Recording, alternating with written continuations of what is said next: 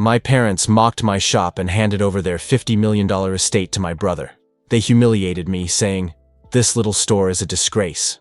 However, during their bankruptcy meeting, I left them speechless when I opened my laptop.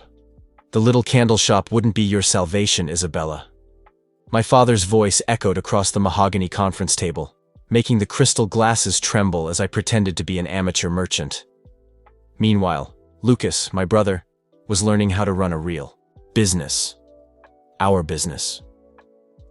I sat there in my simple black leather chair, watching Lucas's smug smile grow even wider as our father continued his speech about legacy and responsibility for the Bennett Group.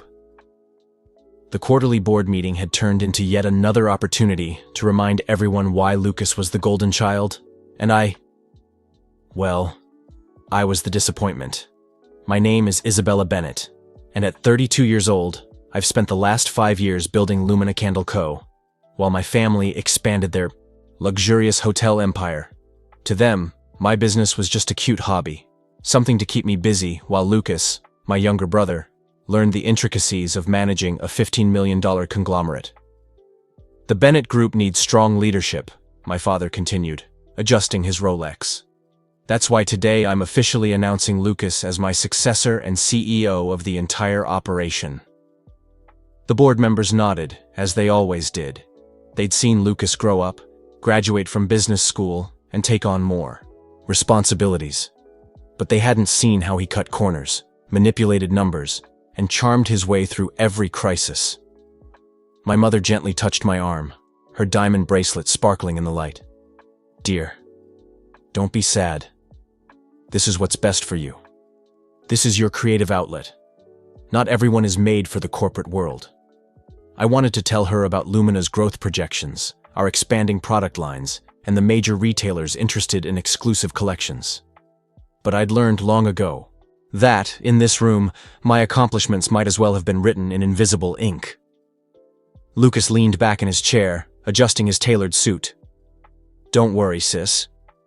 Maybe we can stock your candles in the gift shops of our hotels. You know, as a family favor."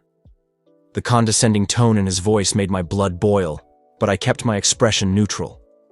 What my family didn't know was that while they dismissed my little shop, I was building something extraordinary, something that would prove more resilient than their empire of lobbies and champagne brunches.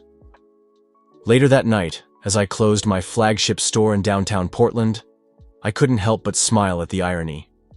The space my parents called charming and modest had just been featured in a luxury lifestyle magazine as one of the most innovative retail concepts in the Pacific Northwest. My phone buzzed with a text from my best friend and business partner, Clara. "We just got the numbers from the West Coast buyers. You need to see this." I locked up the shop and headed upstairs to my office above it, where the scent of my latest creation, a complex blend of cedar, sage, and sea salt, permeated the air. The space was everything the corporate headquarters of my parents wasn't.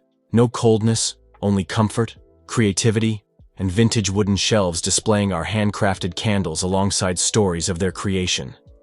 Each product had its own narrative, its own purpose. Clara was waiting at my desk, practically bouncing with excitement. "Nordstrom wants to triple their orders for the holiday season, and that's not even the best part." I sat down and grabbed the spreadsheets from her laptop. The numbers were impressive. Our sustainable practices and unique marketing approach had caught the attention of major retailers across the country. We weren't just selling candles. We were selling an experience, a moment of peace in a chaotic world. We were projecting 8-figure revenue for the next quarter. This means that while your family was focused on the traditional luxury market, we tapped into something bigger, Clara said, her eyes shining. The growing demand for authentic, sustainable luxury. Our customers aren't just buying products, they're buying our story, our values, our vision. My phone buzzed again. It was Lucas. "Dad wants to know if you're coming to the family dinner tonight. He's going to announce some big expansion plans." I thought about declining, but curiosity got the better of me. 2 hours later, I found myself sitting at my parents' massive dining table, tasting the chef's latest creation, while Lucas dominated the conversation about the Bennett Group. "We're expanding into Asia," he announced grandly. "We're leveraging everything to build 3 new properties in Singapore, Bangkok, and Tokyo, We're going to revolutionize our brand."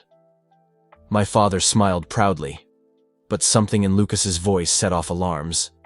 I'd spent enough time in business to recognize the slight tremor of uncertainty beneath the bravado. "Leveraging everything? That seems risky in the current market," I commented. Lucas dismissed my concern.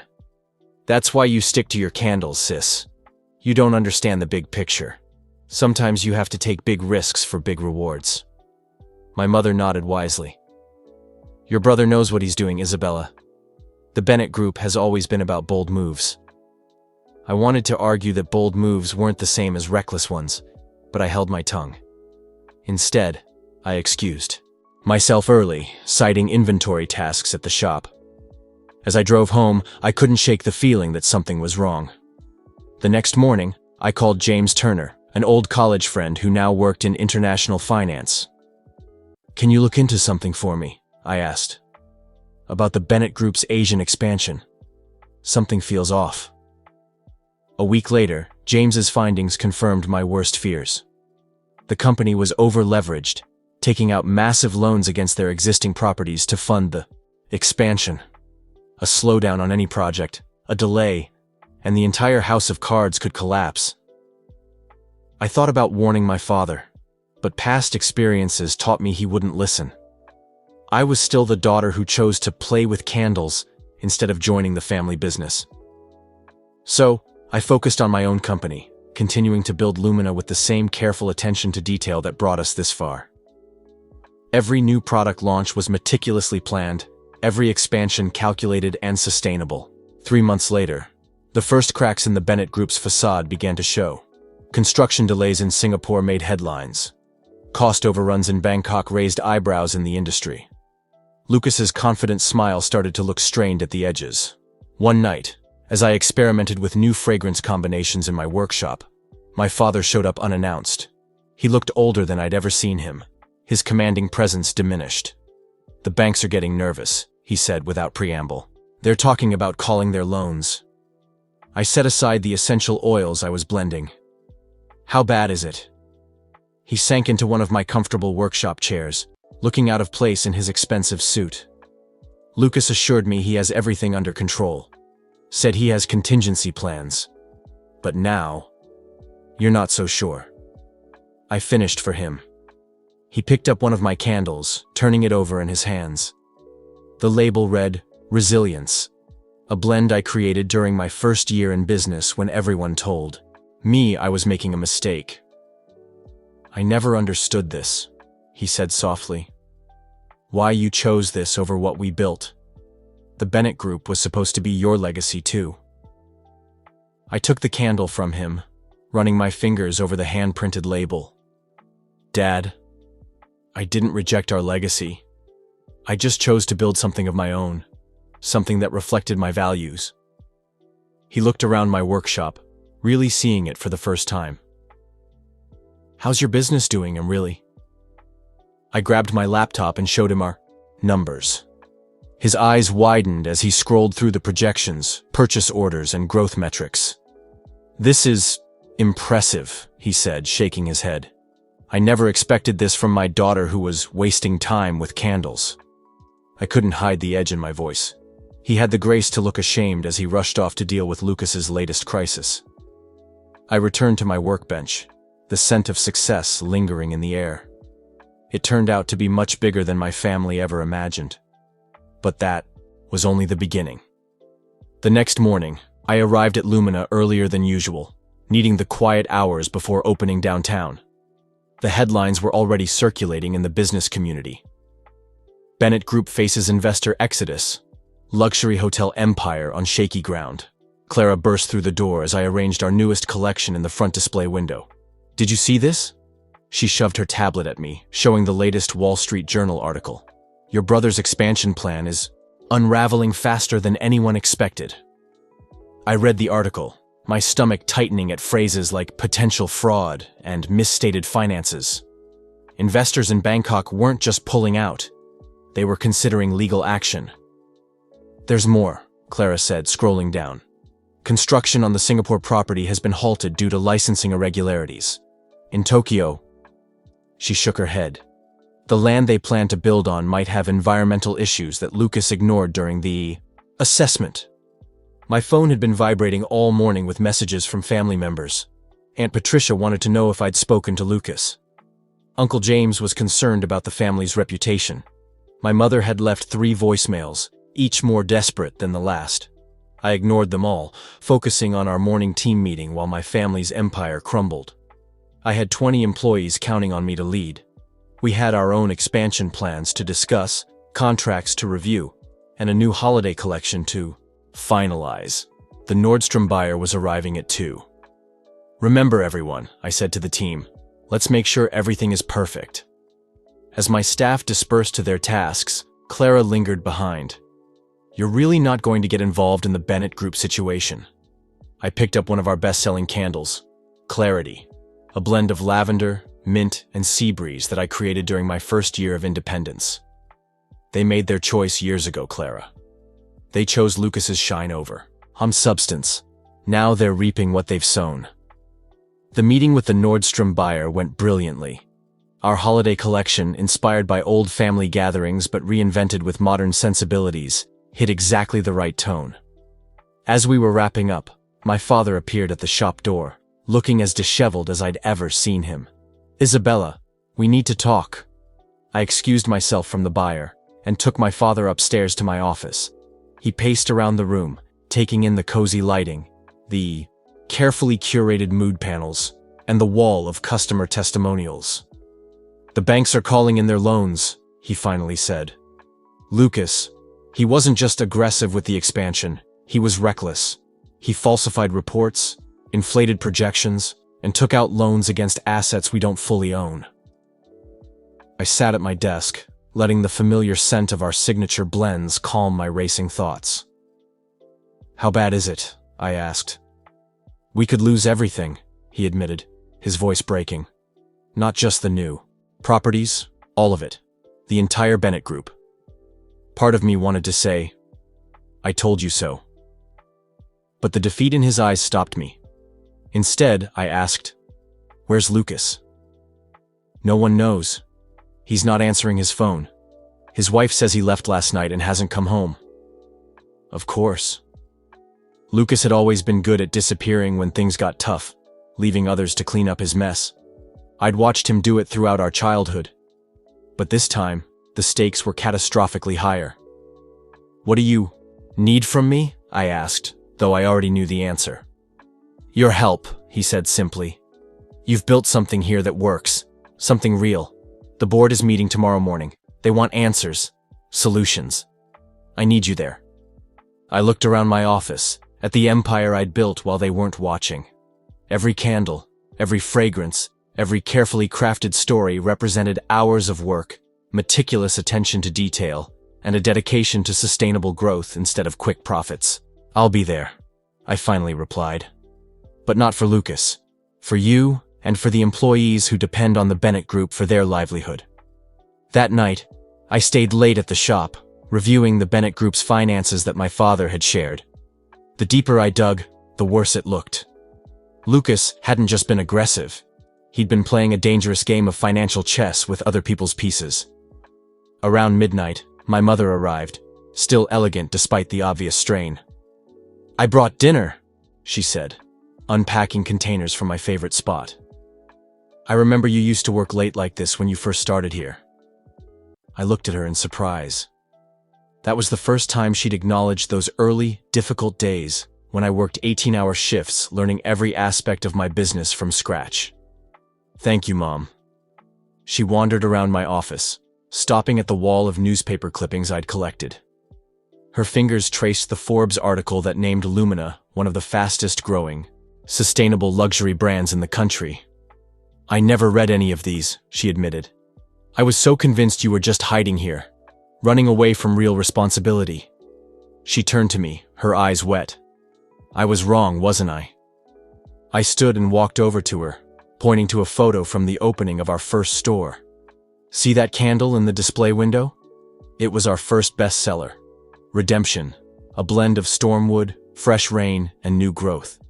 I created it the day after you and Dad told me I was making the biggest mistake of my life." She flinched at the memory. And now look at you. While we were so focused on Lucas's grand plans, you were building something beautiful. The next morning, I arrived early at the Bennett Group headquarters. The board members were already gathered, their faces grim. My father sat at the head of the table, looking years older than he had just days ago. Lucas's chair was conspicuously empty. As the meeting began, the full extent of the disaster became clear. Of course, the Asian expansion had been built on a foundation of lies. Lucas hadn't just falsified projections, he'd also accumulated hidden debts and operational issues in our existing properties. The brand is toxic now, one board member declared bluntly. No one will lend us money. Our stock is worthless. We need a miracle. I listened in silence, taking notes and analyzing options. Finally, I cleared my throat. Perhaps I have a solution. All eyes turned to me, some curious, some skeptical, some desperate for any hope. Lumina has strong relationships with several ethical investment groups that value sustainable business practices and transparent operations. They might be interested in restructuring the Bennett Group, aligning it with modern values while maintaining its luxury appeal. I laid out my proposal, a complete overhaul of the company's approach, focusing on authentic, sustainable luxury experiences and responsible growth. The same principles they had mocked when I tried to introduce them years ago. This would mean scaling back the expansion, focusing on quality over quantity, and rebuilding trust with both investors and customers. It wouldn't be quick or easy, but it was possible. These investors, my father asked, will they work with us, even given our current situation? I gently corrected him. They'll work with me. They know Lumina's track record. They trust our approach.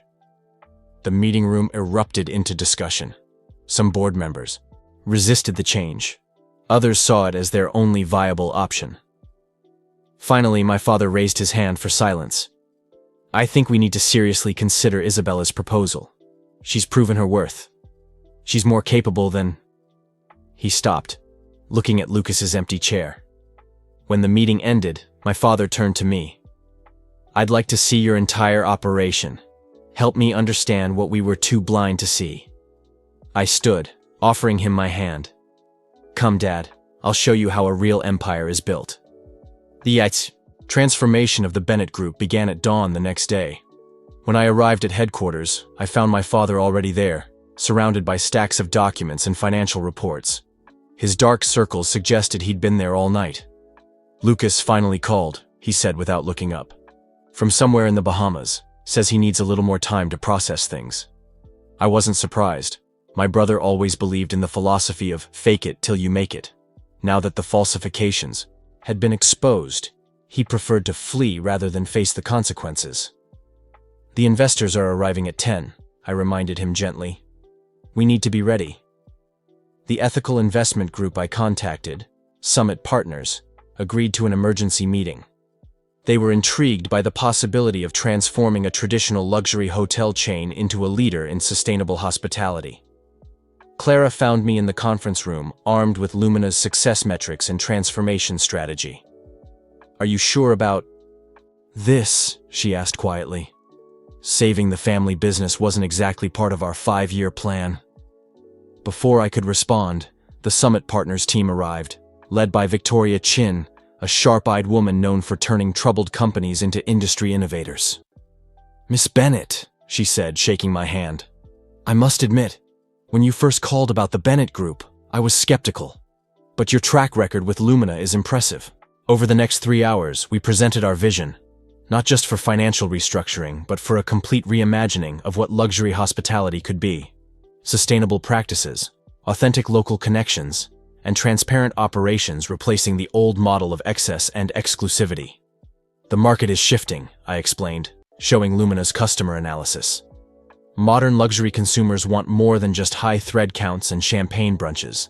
They want to feel good about where they spend their money. Victoria studied our projections carefully. You're proposing to reduce the number of properties but increase revenue per location through enhanced experiences and sustainable practices. I nodded. Exactly. Quality over quantity. the same principle that built Lumina. My father, who had been unusually quiet, spoke. My daughter has shown us a different way of doing business, one we should have seen years ago. Victoria's team huddled, discussing in low voices. Finally, she turned to us. We're interested, but we have conditions. First, full transparency about the current financial situation. Second, we want Isabella to lead the transformation. I felt my father stiffen beside me. As difficult as the idea of officially handing control to his once rebellious daughter clearly was, he looked at me for a long moment. Then he nodded. She's in charge, he told Victoria. Whatever it takes. The next few weeks were a blur of activity. By day, I worked with the Bennett Group's transition team, implementing new systems and reviewing every aspect of operations. By night, I returned to Lumina, ensuring my own company didn't suffer during this critical time. The changes at the group were dramatic. We closed the failing properties and reinvested in our strongest locations. Each hotel was redesigned to emphasize local culture and sustainable luxury. Employees were retrained in our new service philosophy. One evening, as I was reviewing the renovation plans in my father's old office, my mother appeared with dinner. "You're working so hard," she said, setting the containers down. "Just like your father used to." I looked at her, surprised by the comparison. Someone has to clean up Lucas's mess. She sat down, smoothing her designer dress. "You know, I always thought Lucas had your father's business sense, but watching you these past few weeks, I see you have his true strength, the ability to build something lasting." "I learned that in my candle shop," I replied, with a small smile. "Every product has to be perfect. Every customer interaction, meaningful, no shortcuts." She picked up one of the new hotel brochures I was designing. The cover showed a stunning suite, all natural materials and breathtaking views. "This is beautiful, Isabella. So different from what we used to do, but better." "That's the point, Mom. Luxury doesn't have to mean waste. Success doesn't have to come at the expense of ethics." Then, my phone buzzed again. It was another message. From Lucas, his first contact since disappearing to the Bahamas. "Heard you're tearing everything down. Hope you're happy playing the savior." I showed the message to my mother, watching her face fall. "He still doesn't get it," I responded. "He never will." Lucas wanted the glory of success without the work of building it properly. The transformation wasn't without challenges. Some longtime employees resisted the changes. Some board members questioned our new direction. But as the first quarter under the new management came to an end, the results spoke for themselves. Bookings at our redesigned properties increased by 40%. Customer satisfaction ratings were the highest they'd ever been. Even our harshest critics had to admit the new Bennett Group was becoming something special. One morning, I arrived at headquarters to find my father in the lobby, studying our new living wall installation, a vertical garden that naturally helped purify the air. "Remember when you suggested something like this?" he asked. 5 years ago, I recalled. It was one of my last attempts to introduce sustainable practices before leaving to start Lumina. Lucas had called it hippie nonsense. "Things have changed, Dad." He turned to me, his expression serious. "You've done more than save the company, Isabella. You've given it a real future." Before I could respond, Victoria Chin walked in, looking pleased with the numbers. The Bennett Group's transformation is being hailed as a model for sustainable luxury. Several other hotel chains are inquiring about our consulting services. My father smiled with pride. Not his old pride in flash and appearance, but a deeper satisfaction in seeing something worth building. Later that day, as I sat in what was now my office, Clara brought a special delivery, a prototype of our newest Lumina collection, inspired by the Bennett Group's transformation. "Phoenix Rising," she read from the label. "A blend of rare sunny mornings, wood, and new growth. Limited edition." I picked up one of the candles, admiring how the sustainable packaging caught the light. We've come so far from those first small candles in my apartment kitchen. My phone rang again. Another message from Lucas, longer this time. "Dad says you're some kind of corporate savior now. Funny how you couldn't handle real business 5 years ago, but now you're supposedly fixing mine." Don't expect a thank you. I showed the message to Clara, who rolled her eyes.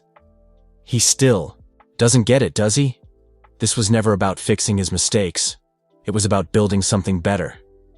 I agreed. He didn't get it. But that was okay. We weren't doing it for him.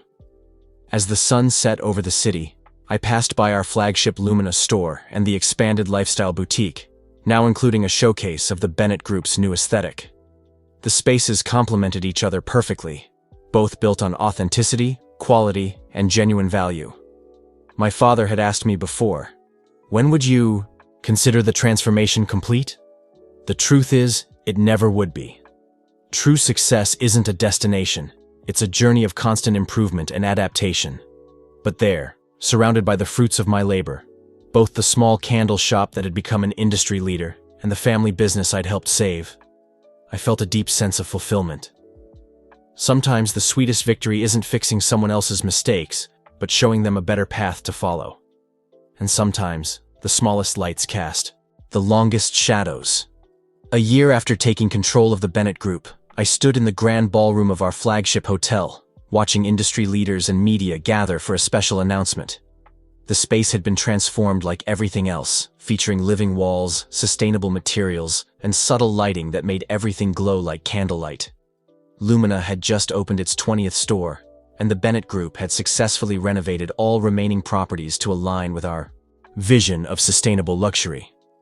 Today, we wanted to announce the merger of both companies under a new umbrella, Bennett and Lumina International. Ready? Clara asked, adjusting my blazer. She had been my rock through everything, managing both Lumina and the Grove while I juggled the hotel transformation. As ready as I'll ever be, I replied, touching the small vial of essential oils in my pocket, my personal blend for courage. My father approached, looking more relaxed than I'd seen him in years. The press is waiting. Then he hesitated. Lucas is here. I hadn't seen my brother since the day he disappeared to the Bahamas. He had finally returned when his money ran out but kept his distance, watching from afar as I rebuilt what he nearly destroyed. Sure enough, there he was, at the back of the room, looking uncomfortable in a suit that no longer fit quite right. Our eyes met briefly before we both looked away. Victoria Chin from Summit Partners took the podium first, describing the financial success of our transformation. The Bennett Group's revenues hadn't just recovered, they surpassed all projections. Lumina had tripled its market presence. Together, we created a new model of sustainable luxury that was revolutionizing both industries. When it was my turn to speak, I felt surprisingly calm. A year ago, many people thought luxury and sustainability couldn't coexist, that success had to come at the expense of ethics. Today, we proved them wrong. Bennett and Lumina International represents more than just the merger of two companies. It represents a new path forward. The announcement was met with enthusiastic applause as photographers snapped pictures. I noticed my mother wiping tears from her eyes. Even Lucas looked thoughtful after the formal presentation. During the reception, he approached me hesitantly. Nice speech, he said, trying to sound casual. Dad says you've done amazing things here. I studied my brother's face, seeing past the bravado, the uncertainty underneath. It was never about doing amazing things, Lucas. It was about doing the right things. He shifted uncomfortably. I've been thinking, maybe I could learn. Start from the bottom, really understand the business this time.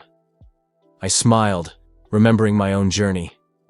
The gift shop at our Denver property needs an assistant manager. Long hours, lots of inventory work, customer service. He blinked, clearly expecting a more prestigious offer. But then, surprisingly, he nodded. Yeah. Actually, I think I will. Later that night, as we celebrated, I found myself in my office at Lumina, surrounded by the scents that started it all. Clara brought 2 glasses of champagne. Remember when this was just your little candle shop? She asked, handing me a glass. I picked up our first candle mold, now preserved in a glass case. Feels like a lifetime ago. My father knocked on the door, joining us with his own champagne. Your mother is organizing some kind of family dinner to celebrate. She's actually cooking herself. God help us." I laughed, remembering the last time my mother tried to cook. "Tell her we'll be there. But first," I pulled a small box from my desk. "I want you to have this." Inside was a custom candle, one I'd been working on for months. The label read, "Legacy," a complex blend of old traditions, new beginnings, and innovation. I made this to remind us of where we came from and where we're going. I explained as he opened it, pointing out the base notes. "They're the same ones Mom used to love in her favorite perfume." His hands trembled slightly as he held the candle. "You remember?" "I remember everything, Dad. The good and the bad. It all brought us here." The next morning, I arrived early at the international headquarters of Bennett and Lumina, a restored historic building that balanced preservation with innovation. The lobby featured a wall of photographs telling our story. Lumina's first store opening, the Bennett Group's transformation, and now our unified future. My team was already gathering for our first official post-merger operations meeting. Among them was Lucas, dressed for his first day of training in Denver. "Hey," he said quietly as he passed by my desk. "I finally get what you've built here. It's not just about business. It's about legacy. A real one."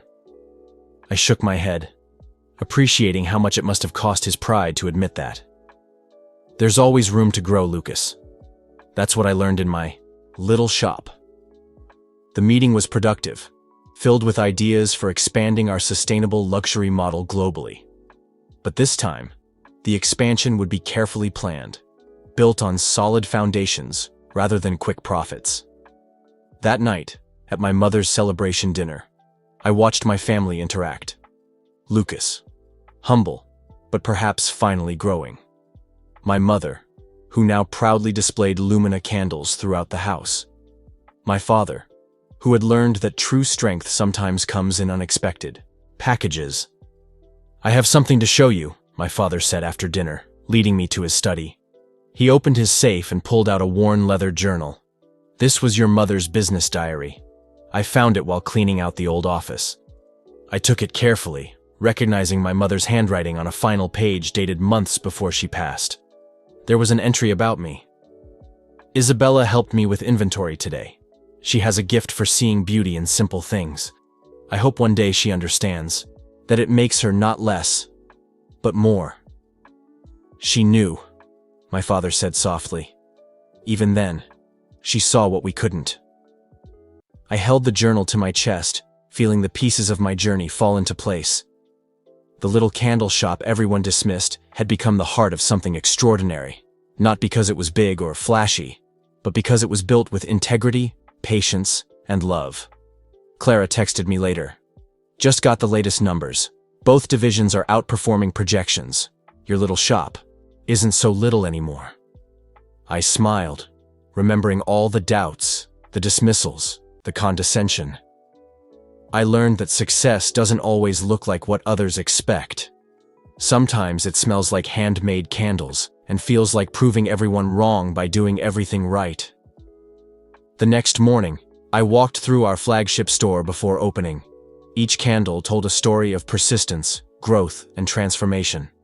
But perhaps the most important story was the one that couldn't be seen, the story of a daughter who refused to let others define her worth. Bennett and Lumina International would continue to grow, but every step forward would be measured, every decision weighed against our values.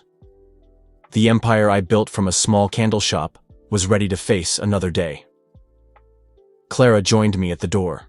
I looked at the morning sun hitting our display window, and then back at the empire we'd built, not just of business, but as proof that success comes in many forms. "I'm ready," I replied, unlocking the door to whatever came next. And in the end, the girl who was called Little Shop saved the big empire, not with fanfare or fireworks, but with candles. Who would have thought something as simple as a flame could illuminate so much? It's ironic that they finally see me as the heroine of the story when, in truth, I only wanted them to stop dimming my light while trying to ignite their own.